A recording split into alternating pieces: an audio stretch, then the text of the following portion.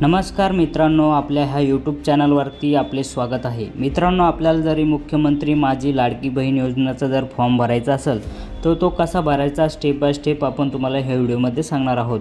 तर पहिलं तुम्हाला प्ले स्टोअरवरती नारी शक्ती दूत ॲप्लिकेशन डाउनलोड करून घ्यायचे आहे। डाउनलोड केल्याच्या नंतर ते ॲप्लिकेशन तुम्हाला व्हेरिफिकेशन त्याचं करून घ्यायचं आहे। मोबाईल नंबर टाकून त्याला लॉग इन करून घ्यायचं आणि त्यानंतर हा फॉर्म कसा भरायचा हे मी तुम्हाला ह्या व्हिडिओमध्ये सविस्तर सांगणार आहे। तर मित्रांनो, तुम्हाला फर्स्ट पेज असं ओपन झालेलं दिसेल, तर तिथे तुम्हाला विचारलं जाईल मुख्यमंत्री माझी लाडकी बहीण योजना असं तुम्हाला पेज दिसेल, त्यावर क्लिक करायचं। त्यानंतर असा फॉर्म तुमच्यापुढे ओपन होईल। तर तो फॉर्म कसा भरायचा स्टेप बाय स्टेप मी तुम्हाला ह्या व्हिडिओमध्ये सांगणार आहे। तर खाली बघू शकता मित्रांनो, महिलेचं संपूर्ण नाव आधार कार्डप्रमाणे तुम्हाला इथं टाकायचं आहे। महिलेचं आधार कार्डवर जसं नाव आहे तसंच तुम्हाला खाली ह्या कॉलममध्ये टाकून घ्यायचं आहे। त्यानंतर तुम्हाला खाली विचारण्यात आलेलं आहे की पतीचे किंवा वडिलांचे नाव इथं तुम्हाला टाकायचं। इथं पती तुमचं जर लग्न झालेलं असेल, आपण जर विवाहित असाल तर इथं पतीचं नाव टाकायचं आणि अविवाहित असाल तर इथं वडिलांचं नाव टाकायचं। इथं सिलेक्ट करून घेतल्यानंतर इथं वडिलांचं किंवा पतीचं नाव पूर्ण टाकून घ्यायचं। त्यानंतर तिसऱ्या ऑप्शनमध्ये आहे की महिलेचे लग्नापूर्वीचं नाव टाकायचं। जर मुलीचं लग्न जर झालेलं असेल तर त्याचा वडिलांचं इथं नाव टाकून घ्यायचं आहे। त्यानंतर खाली तुम्हाला जन्मदिनांक विचारण्यात आलेला आहे, तो सुद्धा तुम्ही तुमच्या आधार कार्डवर तो मिळणार आहे त्याचप्रमाणे तुम्हाला इथं टाकून घ्यायचं आहे। जर आपण 21 ते 65 वर्ष वयोगटात बसत असाल तरच ही योजना त्यांच्यासाठी आहे, तर इथं तुम्ही टाकून घ्या। त्यानंतर खाली बघा मित्रांनो, अर्जदाराचा पत्ता हा आधार कार्डप्रमाणे टाकायचा आहे। आधार कार्डवर जसा आहे तसाच पत्ता तुम्हाला इथं टाकून घ्यायचा आहे। खाली त्याचं कॉलम तुम्हाला दिलेलं आहे, ते अर्जदाराचा संपूर्ण पत्ता हा आधार कार्डप्रमाणे टाकायचा आहे। त्यानंतर खाली तुम्हाला जिल्हा विचारण्यात आलेला आहे, ज्याही जिल्ह्यातून आपण हा फॉर्म भरत आहात त्या जिल्ह्यावर इथं सिलेक्ट करून घ्यायचा। जिल्हा सिलेक्ट केल्याच्यानंतर तुम्हाला तालुका विचारण्यात येईल, तो तालुकासुद्धा टाकून घ्या। त्यानंतर खाली तुम्हाला गाव आणि शहर हे विचारण्यात आलेलं। आपण जर गावात राहत असाल तर इथं गावाचं नाव टाकत आणि जर आपण शहरामध्ये राहत असेल तर शहराचं नाव टाका। अशा प्रकारे सोप्या पद्धतीने हा फॉर्म भरून घ्या। मित्रांनो, पुढच्या पेजवर सुद्धा तुम्ही बघू शकता, इथं गावाचं नाव टाकायचं आहे। त्यानंतर शहरात राहत असेल तर शहराचं नाव, आपण जर ग्रामपंचायतमध्ये राहत असेल तर इथं गावाचं नाव टाकून द्या। आपण जर तालुक्यामध्ये राहत असाल तर आपण इथं तालुक्याचं नाव टाकायचं आणि आपण जरी नगरपालिका जिल्ह्यामध्ये राहत असाल तर जिल्ह्याचं इथं नाव टाकून घ्यायचं। त्यानंतर खाली तुम्हाला पिनकोडसुद्धा विचारण्यात आलेला आहे, तो पिनकोड तुमच्या आधार कार्डवरच तुम्हाला मिळणार आहे आणि आपल्या सर्वांना आपल्या जिल्ह्याचा पिनकोड माहितीच असतो, तो टाकून घ्यायचा आहे।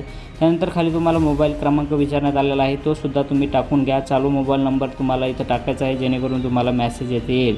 आणि खाली तुम्हाला आधार कार्ड क्रमांकसुद्धा विचारण्यात आलेला आहे, तो सुद्धा तुम्हाला इथं बरोबर टाकून घ्यायचा आहे। आधार कार्डवर जो नंबर असतो तो नंबर तुम्हाला इथं टाकून घ्यायचा आहे। अशा सोप्या पद्धतीने हा फॉर्म तुम्ही भरू शकता। तर आणखी पुढचं पेजवर बघू शकता मित्रांनो, आपण जर शासनाच्या इतर विभागामार्फत राबवण्यात येणाऱ्या आर्थिक योजनेचा जर लाभ घेत असाल, केंद्र सरकार किंवा राज्य सरकारच्या काही योजनेचा आपण लाभ घेत असाल तर इथं हो किंवा नाही तुम्हाला इथं सांगायचं आहे। घेत असाल तर हो करायचं, घेत नसाल तर नाही करायचं। त्यानंतर जर महिलेचा जन्म परराज्यामध्ये झालेला असेल तर त्या महिलेची इथं तुम्हाला माहिती भरायची आहे। तर त्या महिलेच्या पतीची तुम्हाला माहिती भरायची आहे।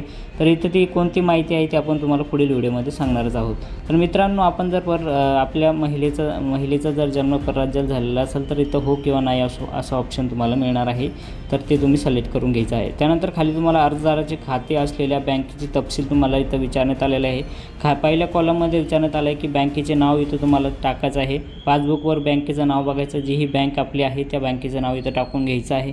त्यानंतर खातेधारकांचे क्रमांक इथं खातेधारकाचं नाव इथं टाकायचं। तुमच्या पासबुकवरतीच ते नाव तुम्हाला भेटणार आहे, ते सुद्धा तुम्ही इथं टाकून घ्या। त्यानंतर तुम्हाला बँक खाते क्रमांकसुद्धा खाली टाकायचा आहे। अशा प्रकारे तुमची माहिती बरोबर इथं भरा मित्रांनो, चूक करू नका। त्यानंतर तुम्हाला इथं विचारण्यात आलं आहे, बघू शकता मित्रांनो, बँक धारकाचे नाव टाका, बँकेचे खाते क्रमांक टाका आणि त्यानंतर IFSC कोड तुम्हाला त्याच ठिकाणी भेटणार आहे।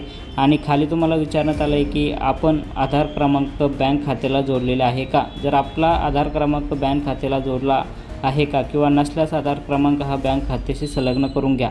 जोडलेला नसेल तर बँक खात्याशी आधार क्रमांक संलग्न करून घ्या आणि जोडून घ्या। त्यानंतर असेल तर हो करायचं, नसेल तर नाही करायचं। खाली तुम्हाला सर्व कागदपत्रे हे अपलोड करावं लागणार आहे। तर ती कोणकोणते कागदपत्रे तुम्ही बघू शकता मित्रांनो, आधार कार्ड तुम्हाला इथं पहिलं जोडायचं आहे। त्यानंतर अधिवास प्रमाणपत्र नसेल तर जन्म प्रमाणपत्र जोडू शकता, तेही नसेल तर शाळा सोडण्याचा दाखला जोडू शकता।